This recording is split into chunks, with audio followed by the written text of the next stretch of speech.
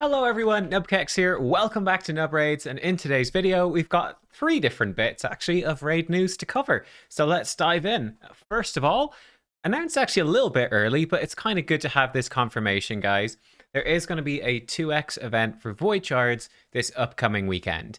So seeing as the last 2x event was supposed to be Sacreds, but ended up being Sacreds and Voids and Ancients all together, there was always a little bit of a question, would they use that opportunity to mix up the order of these events? Looks like that's not happening, so it's going to be much more straightforward. So we're going to have 2x Voids this weekend, and then 2x Ancients 2 weekends after.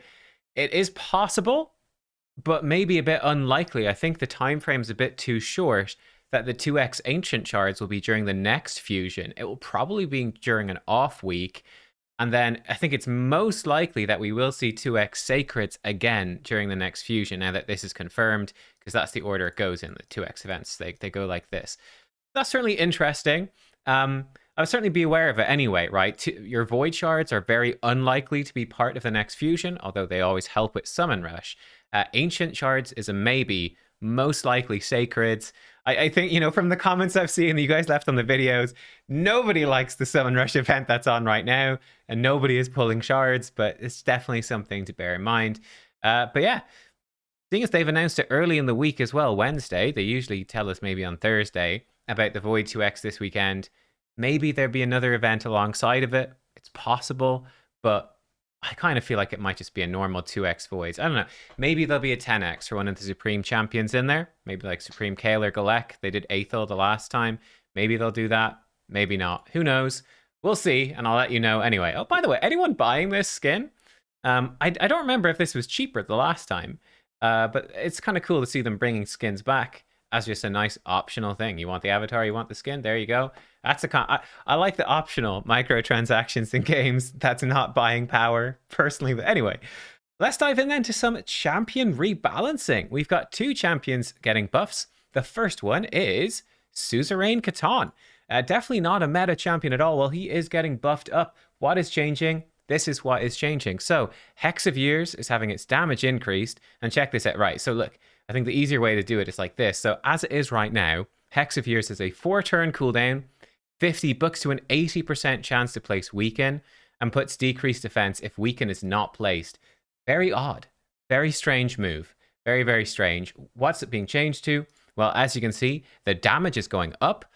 It's now going to have a 70% chance to Weaken. You add on the 30% from books, that's a 100% chance for AoE Weaken.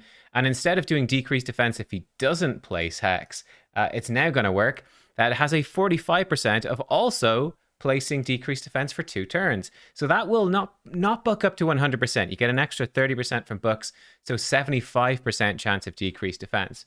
So look, 4-turn cooldown, AoE attack with Weaken, and a 75% chance of decreased defense. This is not, blowing anyone's mind if you've got a Lydia or something like that, or a Venus, or a what's his name, the Bellinor, right? There's a bunch of champs that can do decreased defense Weaken AoE 100% on 3-turn, but they're pretty rare. They're typically Void legendaries. 4-turn cooldown, I mean, it's okay. It's okay. The other thing that's being changed is they're upping the damage of Banish from Time. Damage increase. This move here, Banish from Time, which is another 4-turn cooldown AoE. That will remove shields, block damage, unkillable from all enemies, then attack, and it puts heal reduction. Kind of nice thing is that you cannot resist the shield removal. Obviously, for arena, bolster set is a whole thing, and I think this does not work against bolster set. You can't remove bolster set.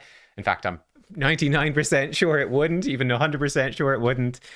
It's intriguing. I did check his multipliers. His multipliers are pretty low. He, at the moment, has a 2.8 multiplier on this and a 3.3 multiplier on his A2. So I'm expecting both to go up. We might have like a 4 times multiplier on this AoE, maybe like a 3.8, 3.5, 3.8 on this one as well, something like that. His A1 is also AoE. It's got a 2.2 multiplier. He's got really good base attack. The crit damage is okay. I mean, look, Suzerain Catan after this buff, what do I think? He's going to be like a sort of solid mid-game faction wars type option. If you pull him early, you're going to be really happy. He's going to be a beast. Late game doesn't seem to be doing too much. Yeah, especially now that we've got Vlad as a consistent AoE decreased defense for if you've got Vlad, right? If you've been playing for a long time, he's a previous fusion. But still, kind of intriguing, right? Let me know what you think about Suzerain Catan. The next champion we have up then is actually Elegaius. Yeah, Elegaius, which is really cool. And there's a fairly substantial suite of buffs here coming to this champion. As you know, at the moment, Elegaius does have some use for like Doom Tower waves and faction wars because of this ability to put skills of all duplicates of champions on cooldown. So when you go up against, let's say, Valkyrie waves in faction wars or in Doom Tower, or those really nasty waves where they've got multiple copies of tough enemies like Siphies or Warlords, things like that, being able to just lock them all out is kind of nifty. Elegaius doesn't see a ton of use apart from that, though. Let's see what's being changed here. So Dead Stop, this skill that puts things on cooldown, will now also place block buffs for 2 turns. That's kind of cool. And if the enemy team is duplicates of champions, it's also going to put block buffs on them for 2 turns. I think this is pretty interesting. It will definitely help a bit with the faction wars for sure. Make him even better for that, or her. I think that's actually a she. Make her even better for that, and make her even better for Doom Tower as well. You know, there's not that many other situations where you're running into duplicates of enemy champions, and this is going to be super good. Like a single target block buffs, not crazy good. But yeah, just sort of making Elegaius better at what they already do. You know, live arena, it'd be kind of cool, but there's no duplicates in live arena, so it's not really wowing me there. Ghost Rage then, this has also been buffed, which is an AoE that has, I think it bucks up to 100%, surely, yeah. Bucks to 100% chance of removing 2 random buffs and pushing the turn meter back 20%. This is being changed a bit, that now it will decrease enemy turn meters by a further 10% for every removed buff, which is interesting. The way it worked before, you do a further 0.2% for every 1% of HP this champion loses. A little bit difficult to make that work. So you would have to have lost, like what, if you lost 10% of your HP? That's kind of strange. You would do an extra 2%. So you'd have to lose 50% HP to get an extra 10% turn meter pushback. Okay, so they're making it a lot more consistent, right? Instead of having to be at half health, now, for every buff you remove, you're doing that as effectively. Kind of cool. So you could potentially do a 40% turn meter pushback. Not bad. You know what? This actually does make Elegaius a potentially interesting option, especially this. I'm looking at Elegaius, and I'm seeing good speed. I'm seeing good accuracy. Well, I mean, it's better than 0, but good speed at 106. Decent base accuracy there.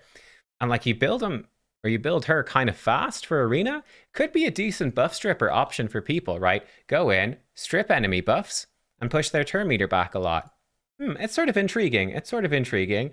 Again, not like late game meta or something, and is it really that special? Like if you got Madame Ceres, would you not just use Madame Ceres? But it's something interesting. The cooldown of Spurned by Death has been reduced as well. So that's the revive passive. That seems a bit funky, going from 5 turn when booked to 4 turn when booked. Is that going to make a big difference? How often do you trigger this passive? I don't know. I feel like this is more targeted at live arena, except, you know, the duplicate champion thing's not really going to be a thing in live arena. Anyway, the passive has also been buffed, and they will heal Elegaius by 30% of their max HP, 30% turn meter, and they get a 30% shield. So that's kind of cool, actually, right? Instead of being a 10% heal, it's going to be a 30% heal with a 30% shield, 30% turn meter. Quite a nice passive to prevent death. You notice it for sure in waves and Doom Tower and stuff. Going to make Elegaius more fearsome in waves. And finally, I think this is really good. An accuracy by 60 in all battles. That's actually really nice. So yeah, what do I think about this? It's interesting. It's interesting, isn't it? Basically, I feel like they kind of made Elegaius better at what Elegaius does, which is those niche situations against waves. I do think the aura is a nice addition. The aura is great to make your faction war team more effective, perhaps to make those Doom Tower teams more effective as well. Just gives the champion a bit more flexibility, a bit more usefulness. Could be kind of interesting with this, with some live arena stuff kind of early game. I feel like, honestly, these two buffs, Elegaius and Suzerain, they're both more early mid-game legendaries, right? They could be super helpful if you pull them early in the game. They could be absolutely fantastic. For late game, I don't think this is really going to do anything much that I can see. But, I always say, love seeing champion buffs, especially for underused, underperforming champions. So that is always nice to see. Only the 2 of them this time. But hey, we'll take it. I always want more, you know, always looking for more buffs for champions. So we can keep hoping. And look, a couple of buffs. There we go. 2x voids. Let me know what you think. This spring pack thing looks kind of good. The nice thing about this that I do like, this is up for like a week. So, hey, if they drop some surprise void event, you've got over a week to pick this up if they do some sort of guarantee for voids. So that's something, if you're a spender, to bear in mind as well. Look, thanks for watching, everyone. Hope you enjoyed. I'll see you all next time. Goodbye.